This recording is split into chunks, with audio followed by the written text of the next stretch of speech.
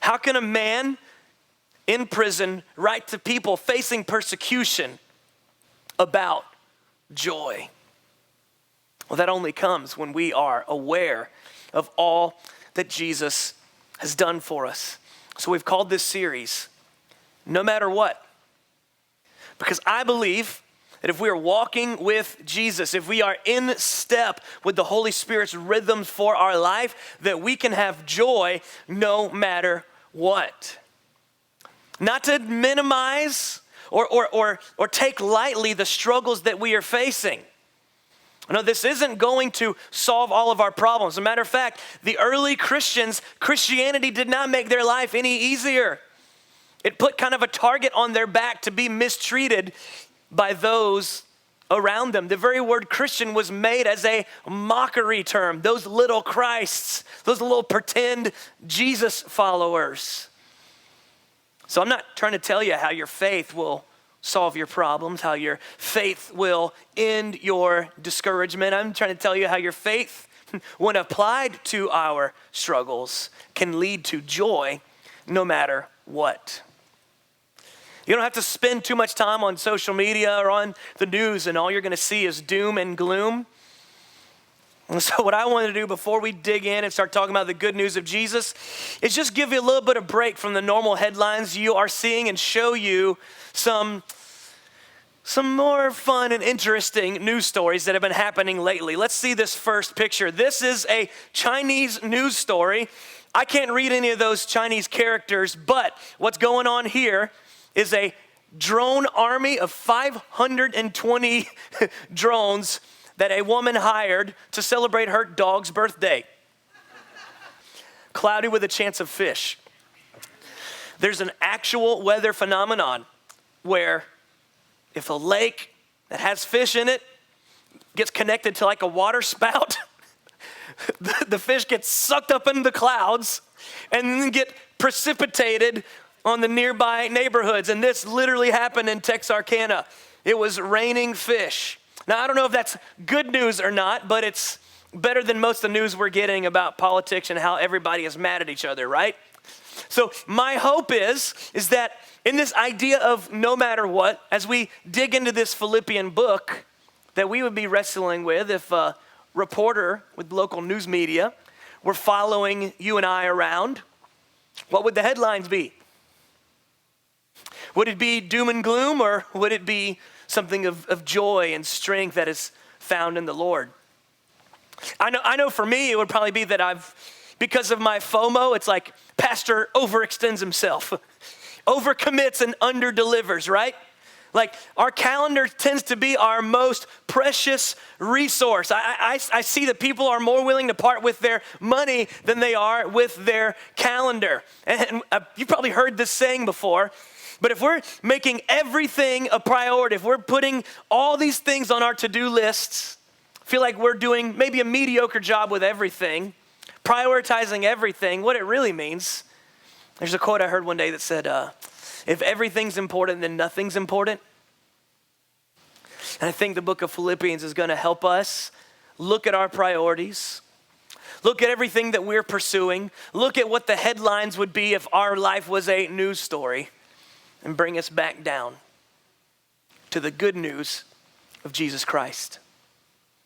At the very end of chapter 1, Paul kind of has a no matter what statement. And I want you guys this week in your homework to go and read the entire chapter of Philippians, chapter 1. Next week, we're going to find kind of a bottom line, no matter what statement from chapter 2 and so forth through all 4 chapters. But in chapter 1, you're going to see a man who from prison has been slowly converting the prison guards to Christianity. You're going to see a man who says from prison to people who are being persecuted that God is doing a good work in your life. And the way to actualize that, to realize that in our lives, all comes down to Philippians chapter 1, verse 27. It says this, above all, or else, no matter what, above all else, you must live as citizens of heaven, conducting yourselves in a manner worthy of the good news about Christ. Then whether I come and see you again or only hear about you, I will know that you are standing together with one spirit and one purpose, fighting together for the faith, which is the good news.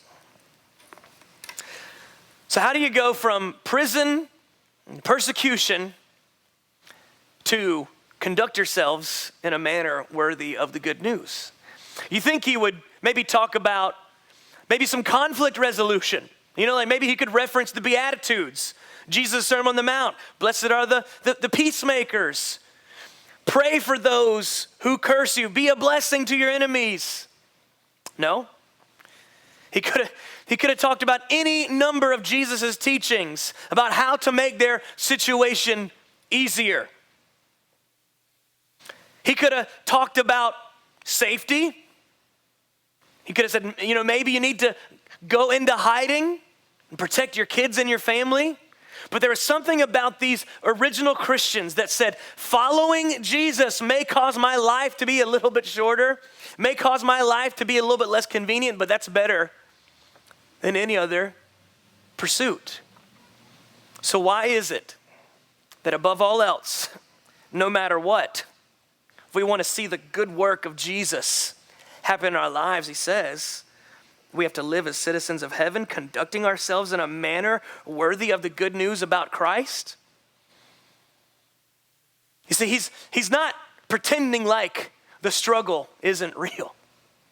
He's not minimizing the fact that the local vendors at the marketplace didn't want Christians to buy groceries from them. He's not ignoring all of that. He's not pretending like our problems cease to exist if we would just pray better.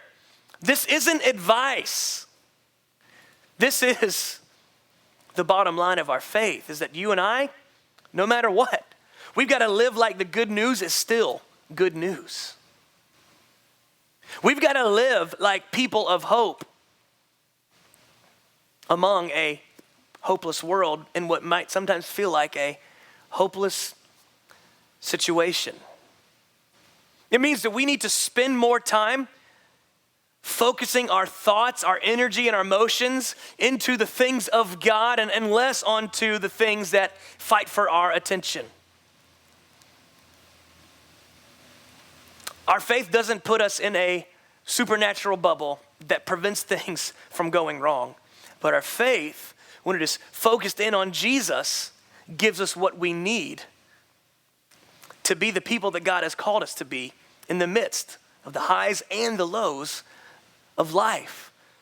And Paul's chief concern for this Philippian church was not their physical well-being, was not their safety, was not their tithes and offerings, was not their growth. It was that above all else, that the good news would be undeniable in their speech, in their interactions, in their conduct, the way they live, and who they are, a reflection of Jesus. It means that we have to start looking at our frustrations. We have to start looking at our calendar. It means we have to start looking at what's happening in our life through the lens of our faith. I think often we look at our faith through the lens of our frustrations, or we look at our faith through the lens of our finances, or we look at our faith through the lens of what's fun. We look through our faith through the lens of all the things that are happening in life. And all the things that are happening in life are variable and always changing. If we're using the changing things of the world to be our filter on how we view the unchanging things of our faith, then no wonder church feels like extracurricular activities, right?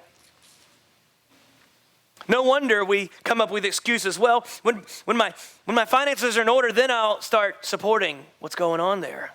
Or when my schedule calms down a little bit, then I can start volunteering.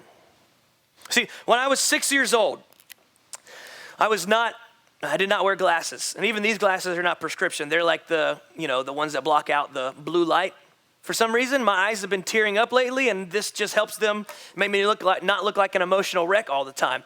But when I was 6 years old, I had one of those public school health exams, right? Where somebody comes and tests you for scoliosis. Someone comes and makes you read like a vision chart to see which letters are out of focus and in focus. And we found out that my right eye was almost blind. I never knew better. I mean, when you're born that way, you don't know what you're missing out. And my parents were amazing, right? Like, this is not, I didn't have some absentee, disengaged parents. We did have a few photos of me growing up where I was a little bit squinty in my right eye, so maybe that should have clued them into something, I don't know. But I had to wear glasses from sun up to sundown. But when I started looking through a new lens, everything started becoming a little bit more clear. Everything started to take shape. Everything made a little bit more sense. So I think faith is that prescription lens on how we view our circumstances. I think faith is that prescription lens on how we view our bank account. I think faith is that prescription lens on how we view the highs and the lows of our life. Faith is the filter for how we think about our family, our frustrations, our finance, our fun. They all start with an F to make it easy to remember. I took English, that's called alliteration. Here's what happens when we think about our faith through the lens of our family. When family comes first, look, family's a good thing. It should be high up on the priority list, but not number one. Because when we put our family above our faith, we start making excuses for things that don't honor God inside of our household. Listen, there's a 0.1% chance that your kids are going to be the next Michael Jordan. There's a 100% chance that your kid is going to stand before God one day. We need to prioritize our kids being in church. Moms and dads, be the leader of your house. Put faith above your family. It wasn't an option in my house. It was what we did. I was more likely to get out of Monday school with a tummy ache than Sunday school growing up in the Castleberry house. Don't put your family's wants above the needs of our faith. When we evaluate our faith through the lens of our finances, we're never going to trust God. We're never going to be generous. It's implicit in the idea of generosity that it stretches our faith because we have to trust in God to cover the gap of what we are giving to Him. Faith has to be the filter. I brought one of my favorite coffee devices to kind of demonstrate this. This is part of my morning routine. It's why I like to wake up early. This is a Chemex. This takes about, 7 minutes for 1 cup of coffee, and it's worth it. Don't judge me. I don't judge you and your K-cup creamery. So this is a special coffee filter. You put it in here, and by the way, I grind all my beans. I weigh them out with the perfect amount of grams to water ratio, and then you take a kettle, you put your coffee grounds in here, you pour it over, and it takes probably 6 or 7 pours for it to saturate, then drip through. Coffee sitting in this carafe, you pour it in a cup. Best part of waking up is Chemex in your cup, not Folgers. Oof. You at least get like a local roaster. Not Starbucks. Dunkin' is better than Starbucks. Can I get a witness out there? But the filter is very important for the coffee. Just the other day, I was pouring a cup of coffee and the filter ripped, and so all of the coffee grounds fell into my coffee mug, and that was a miserable morning. See, when we don't have the right filter in place, our life can turn into a mess. My cardinal sin is self-reliance. My focus is not always on the things of the Lord. My focus often gets on the frustrations of life. And I use what's in my ability and what's on my calendar and what's in my bank account and my network and my connections. Like, I get into problem-solving mode. And oftentimes when I've burnt out or I have been unable to fix things, then I'm like, oh, maybe I should pray. How many of us feel like prayer is often the last-ditch effort instead of the first response? That's because faith is not always the filter we use to think about the things that are happening in our life. And Paul is saying, if you want to experience joy, if you want to see the good news of Jesus be evident as good news in your life, it's going to take focusing in above all else, no matter what. Focus in on the good news of Jesus.